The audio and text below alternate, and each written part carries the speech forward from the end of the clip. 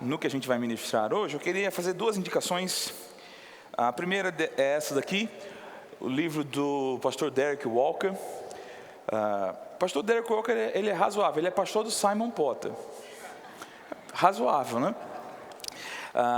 Aliás, gente, eu acho maravilhoso isso aqui, porque quando eu li esse livro, eu tive que baixar de internet, folha por folha, ler em inglês. Hoje tem aqui para você, editado pela nossa editora, Rema Brasil, e maravilhoso esse livro. Esse livro, ele é muito da base da nossa matéria de escatologia no Rema, e é maravilhoso esse livro. Outro material que eu descobri recentemente, irmãos, e tem sido assim, a minha Bíblia de estudo, é um material muito legal, que vai ajudar muito, já que a gente está falando de cronologia, é a Bíblia de Estudo Integrada.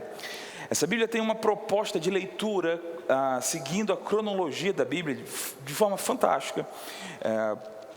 Eu só estudo os evangelhos usando essa Bíblia aqui, porque ela me faz ver de forma... É muito legal mesmo como ele coloca os textos que são períodos semelhantes de forma paralela. Você lê o livro de Atos junto com as cartas, né? O desenvolvimento de Atos você vai vendo junto com as cartas, é muito legal. Os evangelhos você vai lendo os textos paralelos. Também acontece isso com reis e crônicas e passagens de períodos semelhantes. É fantástico esse material. Então passa lá no Verbo Shopping, lá na livraria, e adquira esses dois materiais que são maravilhosos e vão abençoar a sua vida. Amém, gente? Glória a Deus. Você está pronto para a palavra de Deus? Eu queria que você abrisse, por favor, para a gente começar em Mateus, no capítulo 16.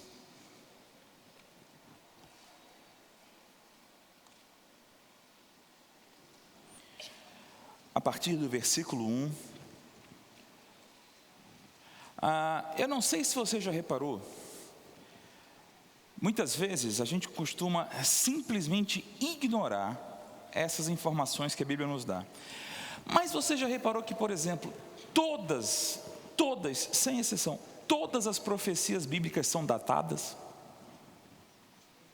Alô? Você já reparou isso? Todos os profetas da Bíblia, eles fazem questão de dizer quando foi que eles estavam profetizando. Amém, irmãos?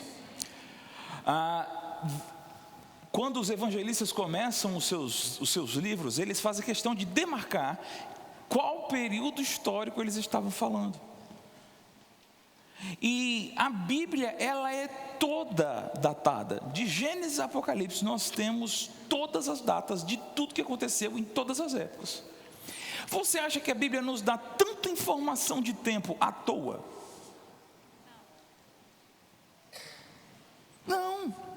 Como diz Rick Renner, eu gosto disso, não tem nenhuma palavra da Bíblia colocada aí inutilmente. Você está comigo, irmãos? Todas as palavras da Bíblia, tudo que Deus entendeu que deveria constar nas Escrituras, estão aí de propósito, inclusive genealogia. Diga um amém agora.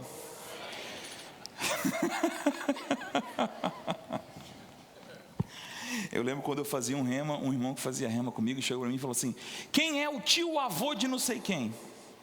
Eu não sabia nem quem era o personagem que tinha um tio-avô. Aí eu disse: irmão, não faço ideia. Aí ele disse outro nome que eu tenho certeza que eu nunca tinha ouvido na minha vida até aquele dia, e eu não lembro de ter visto de novo desde aquele dia o nome que ele falou. Aí eu fiquei assim: é mesmo? Aí ele disse: irmão, genealogia do tal. Aí eu disse: irmão, eu não sou muito de ler genealogia. Ele disse: tem muita revelação lá, irmão. Aí eu disse: deve ter, mas eu não alcancei. Mas, irmãos, de fato, nenhum texto da Bíblia está aí inutilmente. Amém?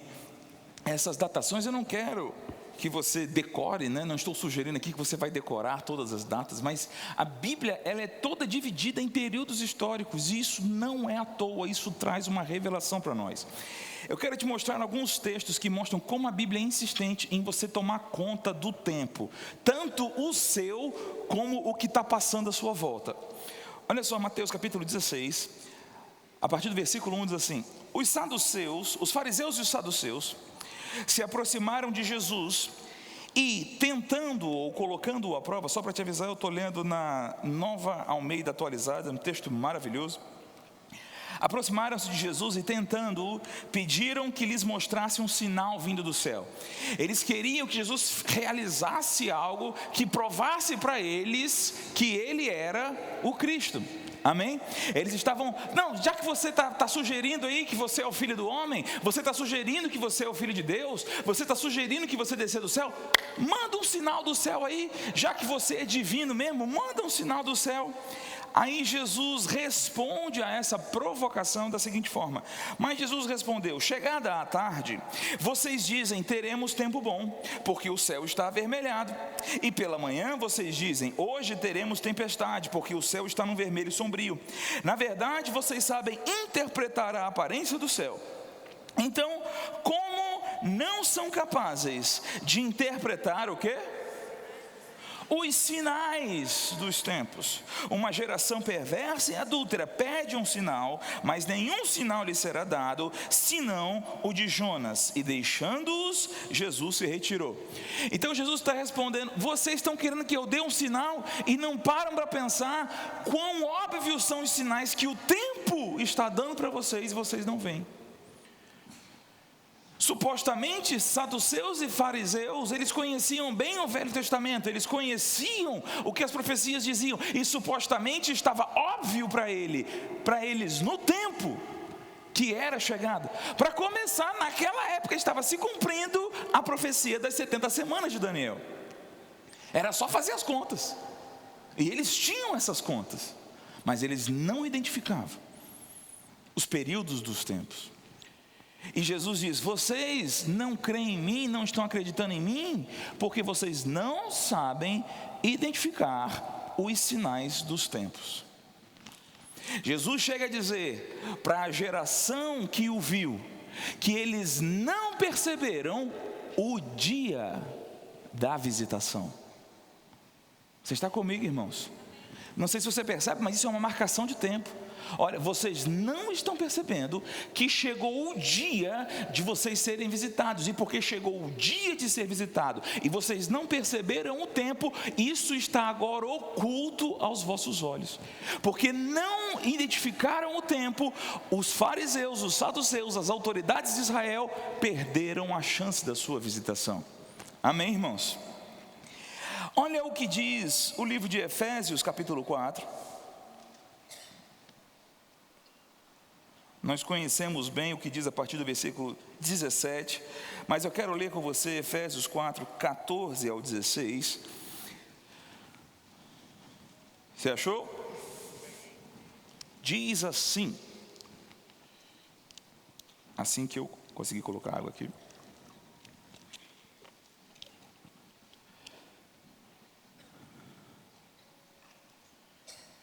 Eu disse 4?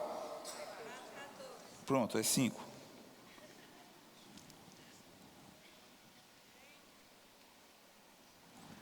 Amém? Por isso é que o Velho Testamento já dizia: desperte você que está dormindo, levante-se dentre os mortos e Cristo o iluminará. Portanto, tenham cuidado com a maneira como vocês vivem. E vivam não como tolos, mas como sábios. Irmão, você prefere viver como tolo ou como sábio? Como é que eu faço para viver como sábio? Como? O que diz o próximo versículo aí? Remindo, cuidando, prestando atenção no tempo, porque os dias são maus.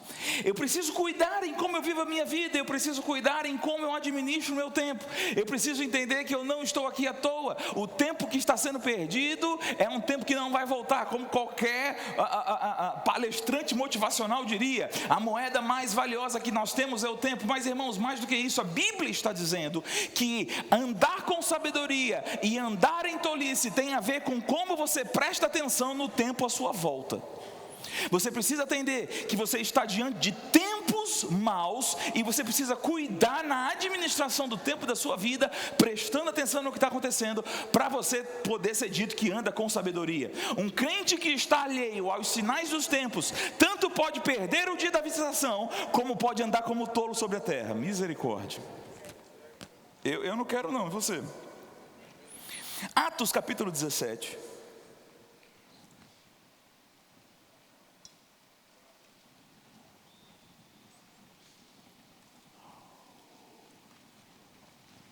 O apóstolo Paulo está em Atenas pregando para os gregos.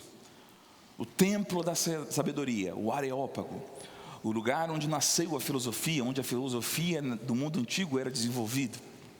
O lugar dos sábios, e ele está pregando naquele lugar. E dentre o que ele vai dizer, falando sobre como Deus criou todas as coisas, ele diz algo interessante no versículo 26 de Atos 17. Todos acharam?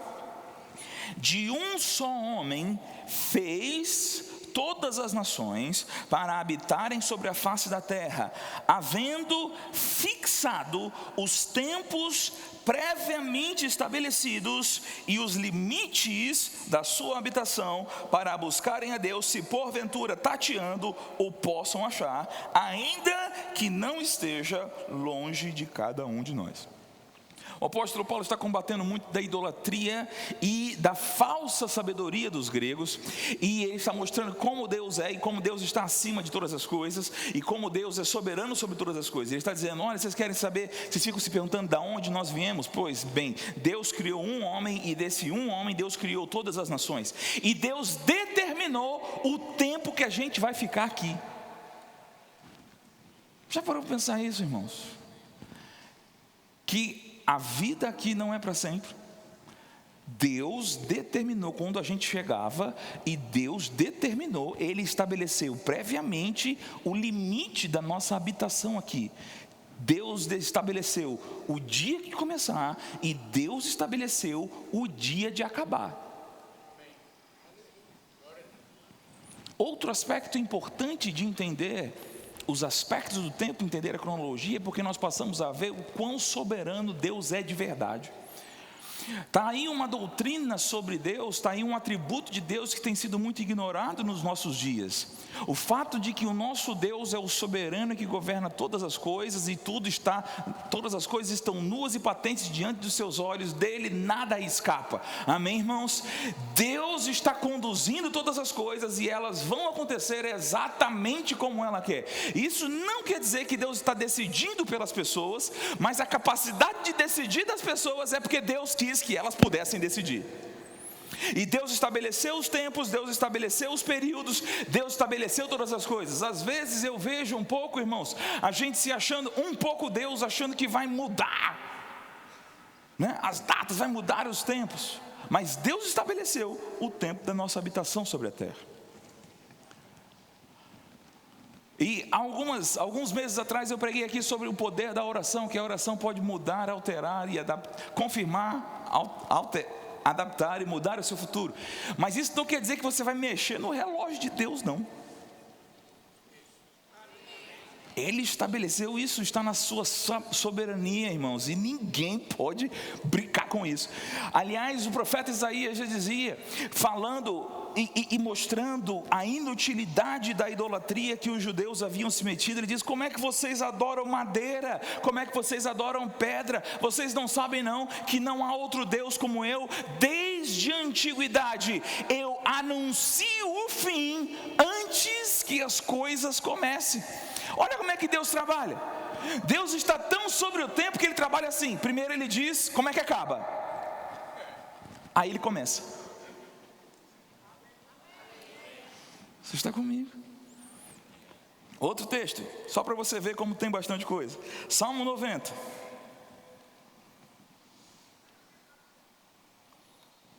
Eu vou só jogando as coisas e meus amigos vão corrigir nos outros dias, tá bom, pessoal? Eu acho essa forma ótima de...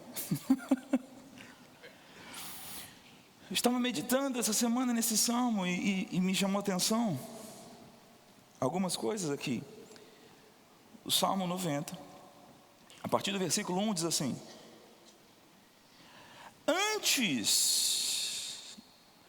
versículo 1, Senhor, Tu tens sido o nosso refúgio, como?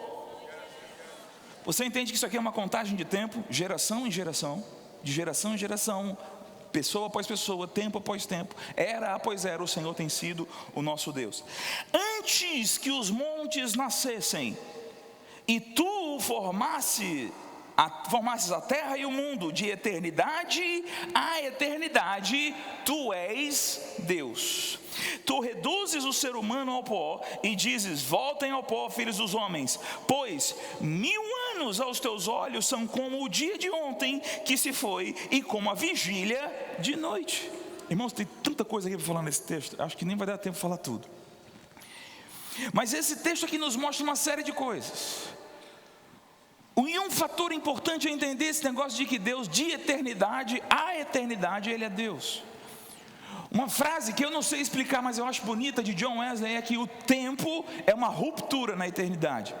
Deus, de alguma forma que nós não podemos alcançar, Ele vive em uma condição onde o tempo não passa. Quando nós falamos que Deus é eterno, e nós falamos de passar uma eternidade com o Senhor, a gente tem a ideia de um tempão que nunca acaba. Mas esse é o conceito de algo infinito, não de eternidade. Eternidade não é um tempão que não acaba. Eternidade é uma condição onde não existe tempo. Entendeu? Se entendeu, me explica, irmão, porque eu não faço ideia do que é isso. Nós somos seres criados dentro de 3 grandezas: tempo, espaço e matéria. Deus não é nenhuma coisa nem outra. Deus não está preso ao tempo, Deus não está preso ao espaço, Deus não está preso à matéria.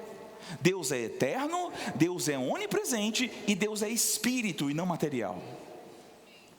Você entendeu? Parabéns. Eu não consigo entender isso. Como diria Chicó, eu só sei que é assim.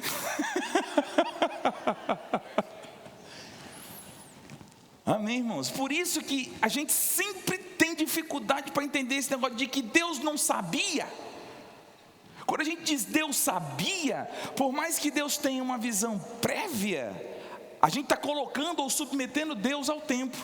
Mas eternidade nunca sabe antes, eternidade sabe agora. Entendeu? A eternidade não é eu daqui ver o futuro. Isso não é eternidade. A eternidade é um eterno agora.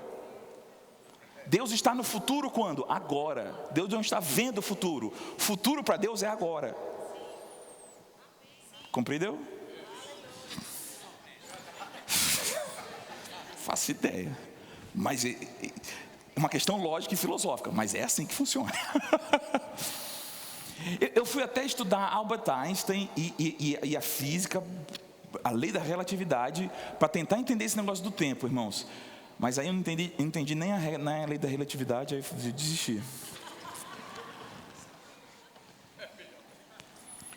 Agora, uma coisa importante você entender é isso, que o tempo, ele é uma criação de Deus. Quando nós lemos Gênesis capítulo 1, versículo 1, nós lemos, como é que diz lá? Gênesis capítulo 1, versículo 1, gente. Como é que diz lá? Pode colocar para o pessoal aí. Gênesis 1, 1. Coloca versículo aqui? Não sei.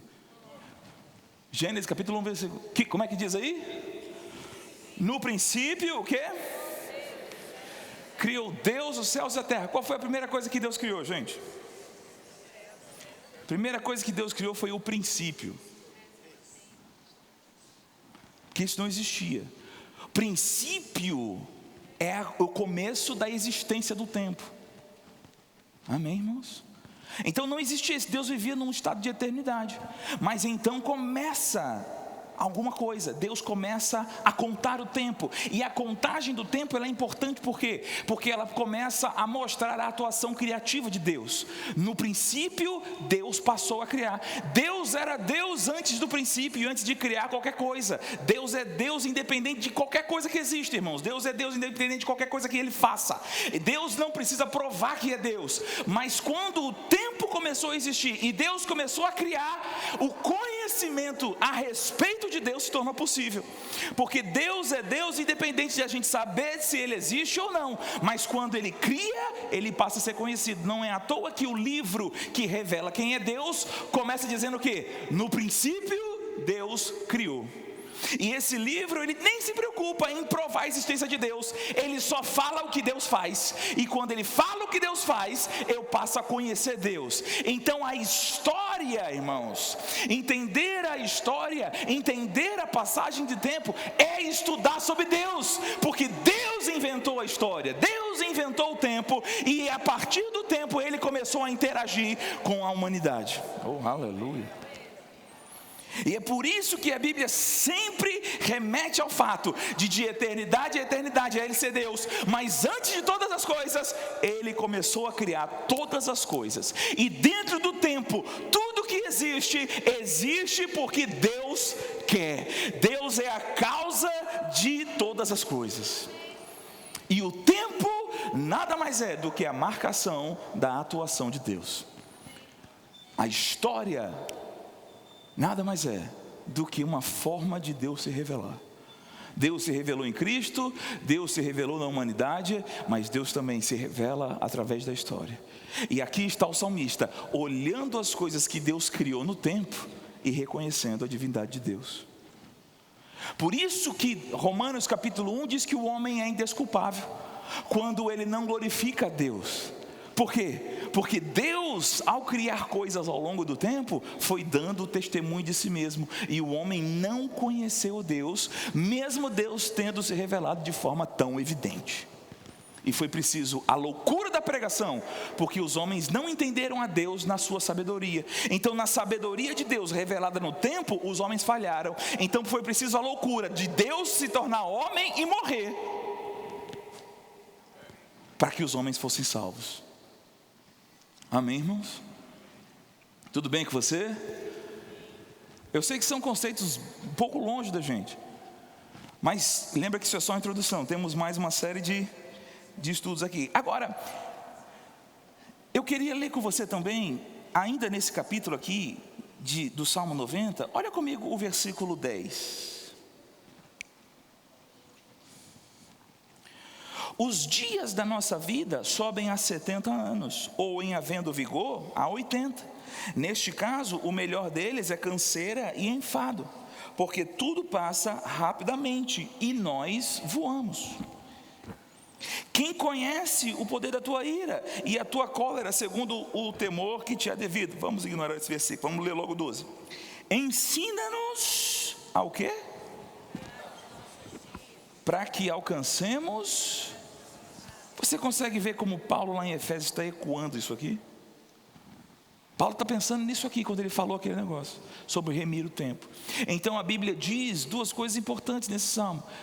Além do que eu já falei sobre os conceitos de eternidade e o fato de Deus ser o Criador de todas as coisas e o tempo ser a revelação da atuação de Deus, a Bíblia está dizendo que o parâmetro de tempo de Deus e do homem são completamente diferentes. O que para um homem parece um absurdo de tempo, uma vida inteira, para Deus é só uma poeira.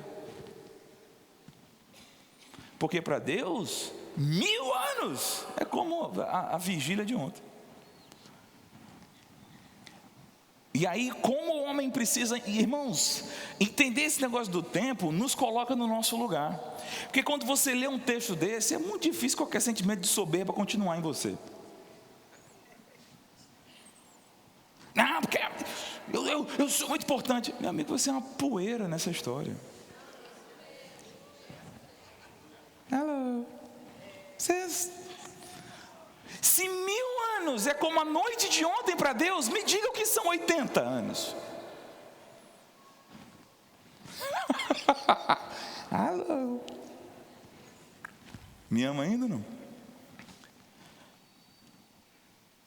Então, agora, nós temos aqui também uma evidência muito interessante de uma possível forma de olhar as coisas. Porque, como eu disse, a Bíblia vai datando coisas. Vá comigo, por favor, lá para Hebreus. Aliás, antes de Hebreus, 2 Pedro capítulo 3. 2 Pedro 3.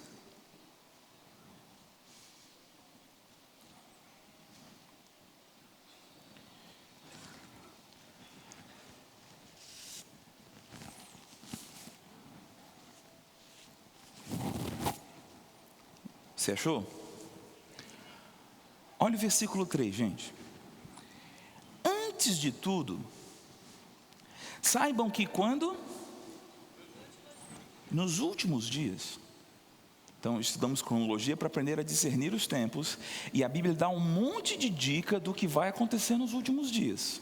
Para quê?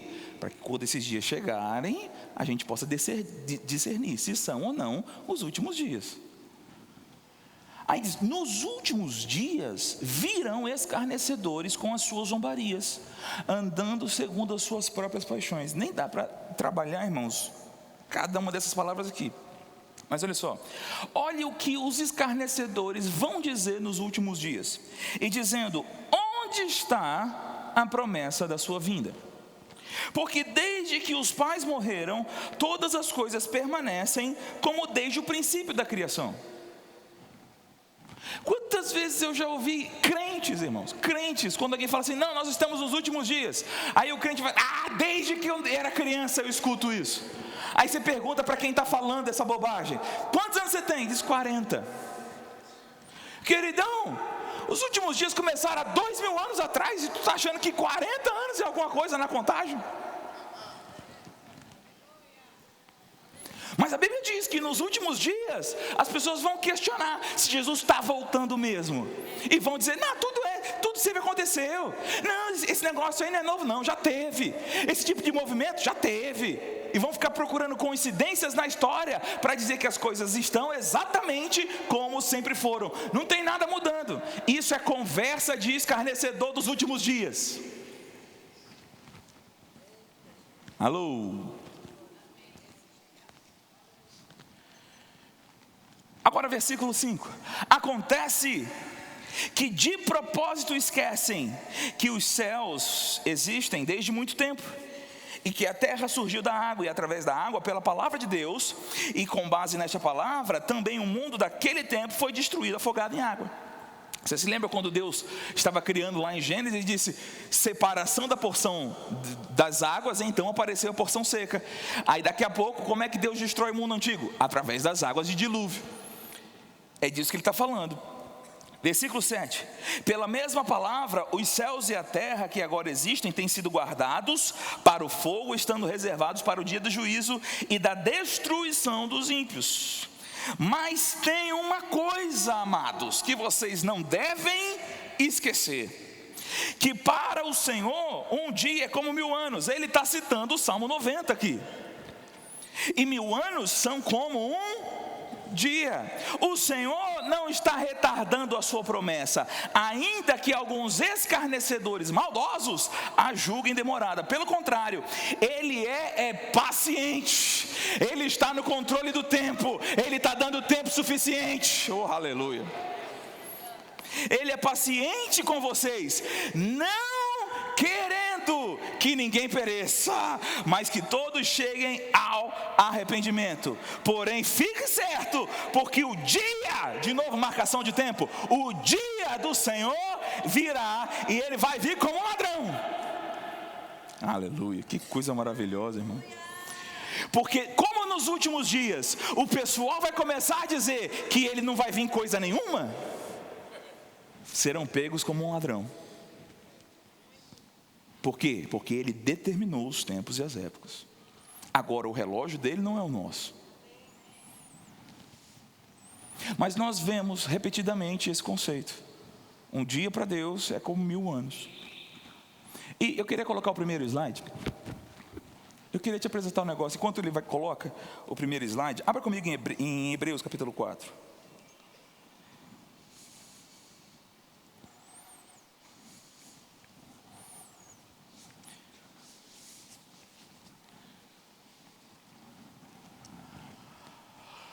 Você se lembra que a criação, ela é contada em dias, não é assim? E provavelmente sabe também que Deus, quando lidou com o povo de Israel, tanto no deserto como na terra prometida, Ele fez questão de que o povo sempre contasse o tempo. Você se lembra disso? Trabalhe 6 dias, no 7º dia, descanse. Trabalhe 6 anos, no 7º dia, no 7º ano, descanse. Trabalhe 6 semanas de anos, e no 7º dia, na 7ª semana, vai ter um ano de descanso, que é o ano do jubileu. Amém?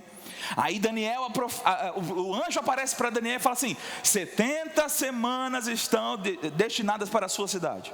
Amém, irmãos? Deus sempre lidou com o povo de Israel no Velho Testamento através de marcação do tempo. Eles sempre tinham que contar o tempo. Agora, olha isso aqui. Versículo 1 de Hebreus 4. Portanto, visto que nos foi deixada a promessa de entrar aonde? De entrar no descanso de Deus, tenhamos cuidado de não parecer que algum de vocês deixou de alcançá-la. Porque também a nós foram anunciadas as boas novas, exatamente como aconteceu a eles. A eles quem? Ao povo no Velho Testamento, ao povo no deserto. Eles ouviram as boas novas, eram para ter entrado no descanso, mas eles não entraram. Por quê? Porque não receberam a palavra. Então Paulo está dando um alerta, que assim como, mesmo o povo sendo escolhido para sair do Egito e entrar na terra prometida, de fato eles saíram pelo poder de Deus à terra prometida, mas eles não conseguiram entrar no descanso. Por quê? Porque no período da perseverança eles não ouviram a palavra e fracassaram. Amém? Isso aqui é uma metáfora para nós da possibilidade de perda de salvação e da possibilidade de começar certo, mas não terminar. Mas sabe que coisa engraçada, irmãos? A palavra traduzida por descanso aqui é a palavra grega e também que vem do hebraico Shabat, que quer dizer sábado. E olha como essa versão traduz, por exemplo, o versículo 7. Pula comigo para o 7. De novo determina, certo dia hoje, falando por Davi muito tempo depois, segundo antes tinha sido declarado: hoje se ouvirem a sua voz, o que é para fazer? Não endurecer o coração. Então o que ele está dizendo é que Deus está dando uma nova chance para um novo povo. Deus está falando de novo: ouve a voz e não endurece o coração. Ora, se Josué, que foi quem entrou na terra prometida, lhes tivesse dado descanso, não falaria posteriormente a respeito de um outro dia, porque resta, olha como diz a Almeida atualizada, a nova Almeida atualizada. Portanto, versículo 9: resta um repouso sabático para o povo de Deus. Então a Bíblia escrita, a carta escrita para a igreja, está dizendo: falta um sábado para o povo de Deus.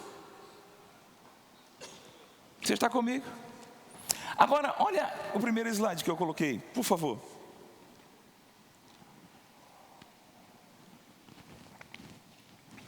É quase isso. Isso. Por que a Bíblia é toda datada, irmãos? Olha só, você sabia que de Adão até Abraão nós temos aproximadamente 2000 anos? E por favor, preste atenção na palavra aproximadamente, porque ela é muito importante. Aproximadamente 2000 anos. De Abraão até Cristo nós temos novamente aproximadamente 2000 anos. Você está comigo? A gente está em que ano? 2000 do quê? 2000 do nascimento de quem?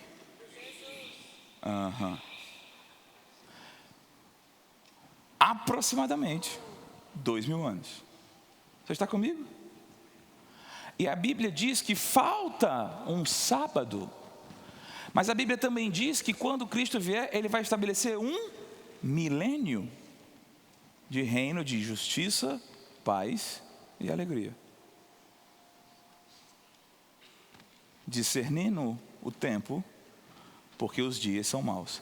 Agora, por favor, eu disse aproximadamente, pare de fazer conta, porque ninguém sabe, nem o dia, nem a hora, mas podemos discernir o tempo e saber que está próximo. Você está comigo, irmãos? Tem que estar próximo, discernindo o tempo, porque os dias são maus. Então eu preciso ter cuidado, eu preciso prestar atenção em como estão as coisas, porque está óbvio que o tempo está passando. Daniel, no capítulo 2, falando com Nabucodonosor, Daniel diz algo muito interessante. Deus, aliás, a palavra Daniel, ela tem a ver com isso, o Senhor como juiz, ou que determina o tempo, determina as coisas. E Daniel diz abertamente, Ele, Deus, é quem muda, ou é quem tem o direito de manipular os tempos e as estações. E as palavras traduzidas por tempos e estações são as referências hebraicas para as palavras gregas que nós conhecemos como Cronos e Kairos. Né? Cronos, eu acredito que a maioria saiba que é o tempo cronológico, é o tempo que está passando para todo mundo. E Kairos, infelizmente, se popularizou que é o tempo de Deus. Mas Kairos, na verdade, a palavra Kairos não quer dizer o tempo de Deus. A palavra Kairos quer dizer qualquer período específico. Por exemplo, o tempo que você passou na faculdade, foi o seu Kairos da faculdade. Você está comigo, irmãos? Eu e minha esposa estamos morando em Campina Grande, já moramos em Belo Horizonte, já moramos no Rio de Janeiro. Cada período desse foi um Kairos na nossa vida. Amém? Então, a Bíblia diz que Deus, Ele está controlando tanto o tempo cronológico como as estações de cada pessoa. Amém? Mas é interessante quando nós olhamos o tempo cronológico, nós vamos vendo que Deus, Ele foi dando marcações e pontuando coisas. Próximo slide, querido. Eu não sei se você sabe, mas a Bíblia, por exemplo, ela é marcada essencialmente por 4 eventos. E a ideia aqui é a gente identificar quando é que a gente está na história, certo? Eu queria entender a Bíblia. Se você entender isso aqui, se você entender esse gráfico, você vai ter condição de ler a Bíblia toda sem se confundir. Você está comigo, irmãos?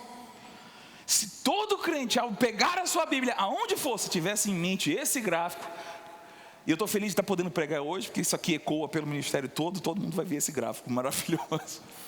A Bíblia inteira, ela está dividida em 4 momentos que são momentos históricos, 4 eventos que aconteceram ou acontecerão na história. São eles a criação, a queda, a redenção e a glorificação. Amém, irmãos? Esse é o plano de Deus para a humanidade. Isso é a revelação bíblica. Cada um desses 4 pontos está centralizado na figura de Jesus Cristo. O apóstolo João diz, sem Ele, nada do que foi feito se fez. Ele é antes de todas as coisas e é nele que tudo subsiste. O que ele está falando? A criação está centralizada em Jesus. Amém, irmãos? Foi por não receber a palavra de Deus que o homem caiu e pecou. Jesus é a palavra que se fez carne. Amém, irmãos? E assim que o homem pecou, surgiu a primeira profecia a respeito de Jesus. Disse ele à serpente: porém inimizade entre ti e a mulher, entre a sua descendência e o seu descendente. Você vai ferir o calcanhar, mas ele vai esmagar a sua cabeça. Então, a primeira referência evidente sobre Jesus Cristo aparece quando? No dia da queda. Você está comigo? E por causa da queda, nós temos todo o desenvolvimento de relacionamento de Deus com a humanidade no Velho Testamento, que nada mais é do que uma tentativa de restauração para a chamada plenitude do tempo. Quando é a plenitude do tempo? Quando Deus achou, é a hora certa de Jesus chegar. Você está comigo? Ele veio na plenitude do tempo, no momento exato, no momento certo.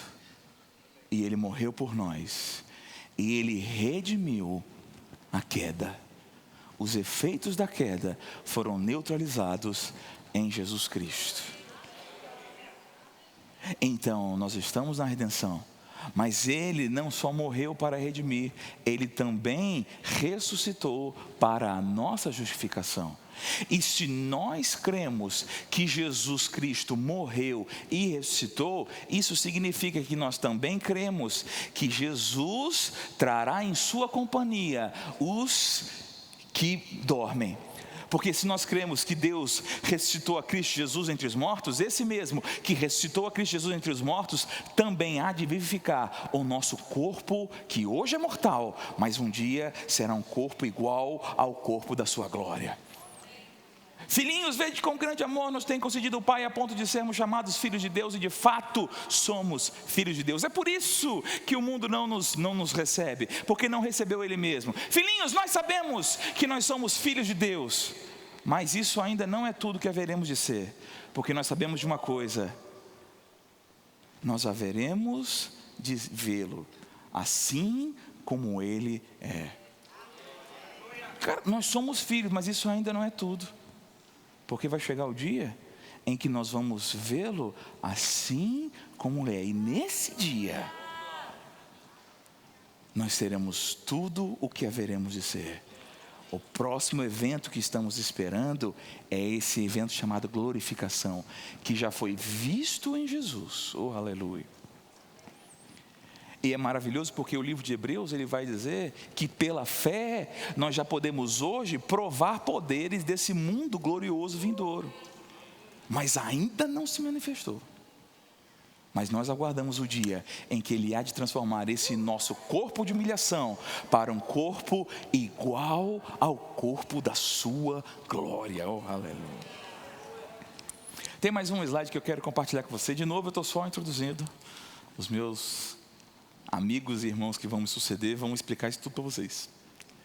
Mas o próximo slide é interessante porque Deus pegou esse período todo e Ele dividiu no que a gente chama de dispensações.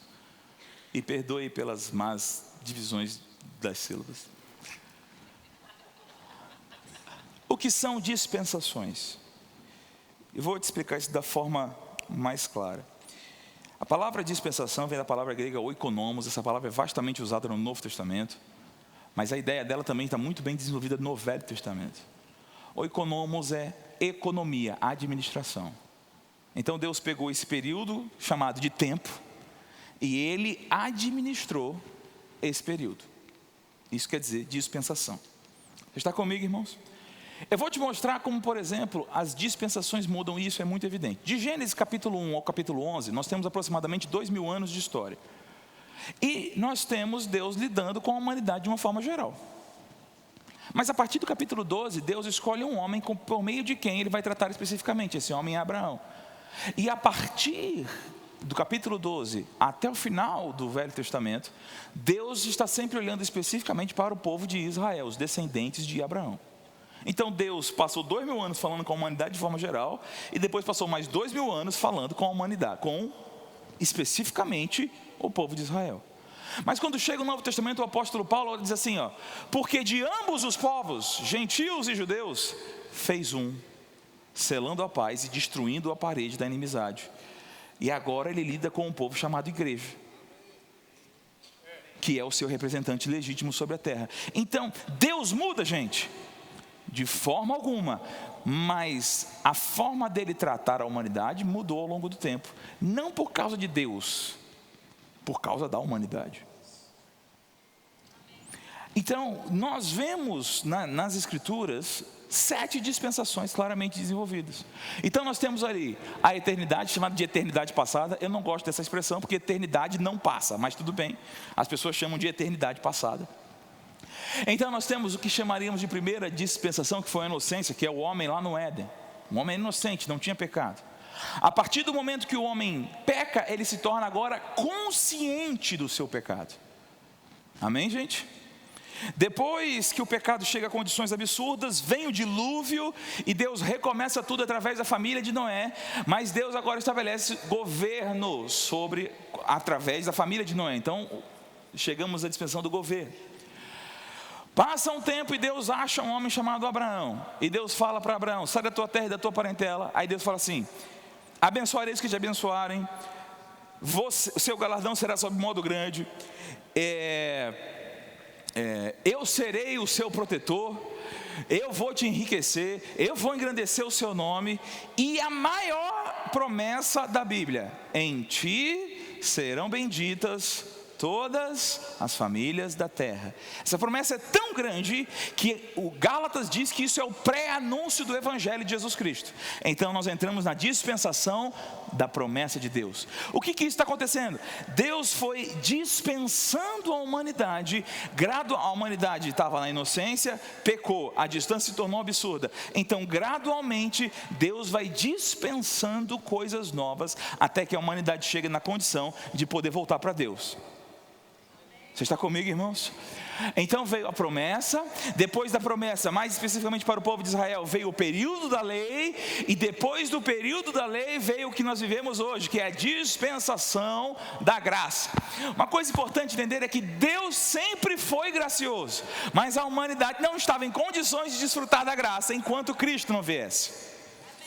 Mas uma vez que Cristo veio e nós fomos redimidos, e Ele veio e nos redimiu de graça, agora nós desfrutamos a abundância da graça e o dom da justiça.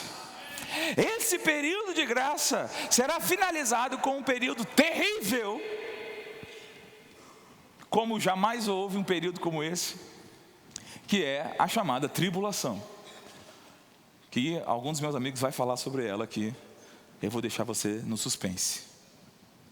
E depois disso, nós entramos no chamado milênio. O que é o milênio? É a última dispensação da humanidade sobre a terra. É o período onde Cristo estará reinando com os homens sobre a terra.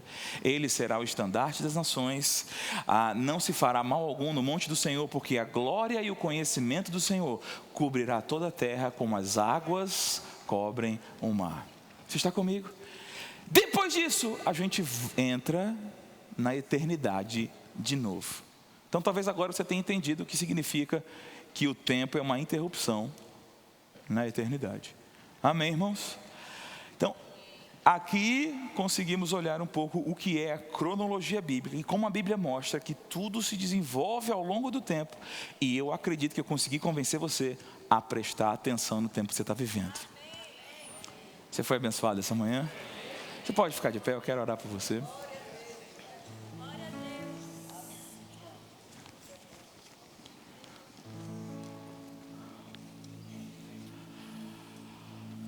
Feche seus olhos. Pai amado, exaltado e bendito seja o teu nome. Te agradeço por essa manhã, Pai. Te agradeço porque a tua palavra foi pregada. E eu creio, Pai, um alerta chegou ao nosso coração. E como o salmista, nesse momento dizemos e clamamos: Senhor, ensina-nos a contar os nossos dias. Espírito Santo, ensina-nos a remir o tempo. Pai, a tua palavra diz: aquele que tem falta de sabedoria, peça a Deus, que a todos dá liberalmente e nada lhes impropera. Nós pedimos sabedoria, Pai. E a tua palavra mostra que a sabedoria está diretamente ligada de como lidamos com o tempo que temos. No nome de Jesus oramos, ó Pai, para que essa palavra caia em nosso coração e sejamos alertados. Espírito Santo coopera com a palavra, confirma essa palavra em nosso coração, nos ilumina. Hoje decidimos nos levantar de entre os mortos, de sair do sono, de sair da letargia e ficar atentos para o que o Senhor está fazendo nesses últimos dias. Os sinais estão claros, mas muitas vezes o povo está confuso. O Espírito Santo nos ilumina do que de fato é sinal da proximidade e dos últimos dias, em nome de Jesus Cristo. Em nome de Jesus Cristo. Não queremos ser confundidos, ó Pai. Não queremos ser pegos pelo seu dia como um ladrão. Pelo contrário, nós não estamos em trevas para que esse dia como um ladrão nos apanhe de surpresa. Nós somos da luz e Deus não nos destinou para a ira, mas para alcançar salvação mediante o nosso Senhor Jesus Cristo. Cremos na tua salvação, cremos no teu resgate, cremos que a glorificação nos aguarda, Pai. No nome de Jesus Cristo, ansiamos o dia que seremos unidos a Ti e glorificados com a glória que está sobre Ti. Oh, aleluia, que dia glorioso será esse.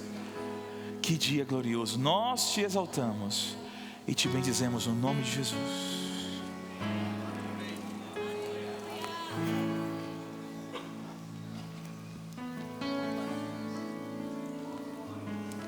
Deus, vocês estão pastor abençoado? Essa pergunta é redundante, né?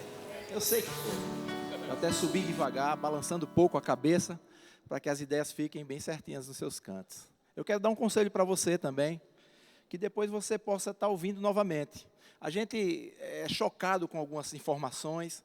Eu sei que isso não acontece só comigo, mas nós precisamos alimentar isso para que ela possa ser a nossa informação, para que ela possa descer para o nosso coração.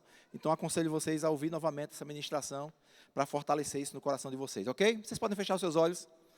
Eu quero falar para você que está aqui nessa manhã e que não fez de Jesus Cristo ainda o seu Senhor e o seu Salvador. O que é isso? Eu estou te convidando a fazer parte da família de Deus. A necessidade é apenas que você se identifique. Nós vamos estar orando junto com você. E para nós que fazemos essa igreja, é uma alegria poder ter você conosco. Esse é um tempo especial de Deus para a sua vida. Há alguém nesse lugar que quer fazer de Jesus Cristo seu Senhor, seu Salvador? Você que já o fez, mas ouviu falar no batismo no Espírito Santo, com a evidência de orar em línguas. Se você deseja isso para você também, esse é o seu dia. Há alguém que deseja o batismo no Espírito Santo? Alguém enfermo nesse lugar? Nós queremos orar junto com você, porque a Bíblia diz que se existe um povo que crê, o sinal vai acompanhar quem crê. E é no nome dele que imporão as mãos sobre os enfermos e eles serão curados. É nesse Deus que nós cremos. Alguém? Glória a Deus. Pois bem, quantas informações maravilhosas, né? E eu fiquei prestando atenção aos detalhes, que isso me marca muito e certamente vai estar comandando a minha vida. Entender o Cronos, entender o tempo como ele é, essa passagem de um tempo menor dentro de um tempo maior. E nós tivemos um tempo maravilhoso aqui, mas vamos ter mais um, logo mais, no final da tarde, começo da noite, às 6 horas, nós vamos nos encontrar aqui novamente. E eu quero te dar uma dica. Gera uma grande expectativa no teu coração. Não de quem vem assistir um culto, mas a expectativa de quem vem participar de um culto intensamente, onde você dá e recebe, para que cada vez que a gente se reúna nesse lugar, a nossa vida possa ser marcada como foi nessa manhã, e a gente possa sair daqui dizendo: nunca mais a minha vida será a mesma. Amém? Então fica de pé, cumprimenta o irmão que está do seu lado, declara para ele um restante de domingo abençoado, e logo mais, às 6 da tarde, nos encontraremos aqui. Sejam abençoados na prática da palavra.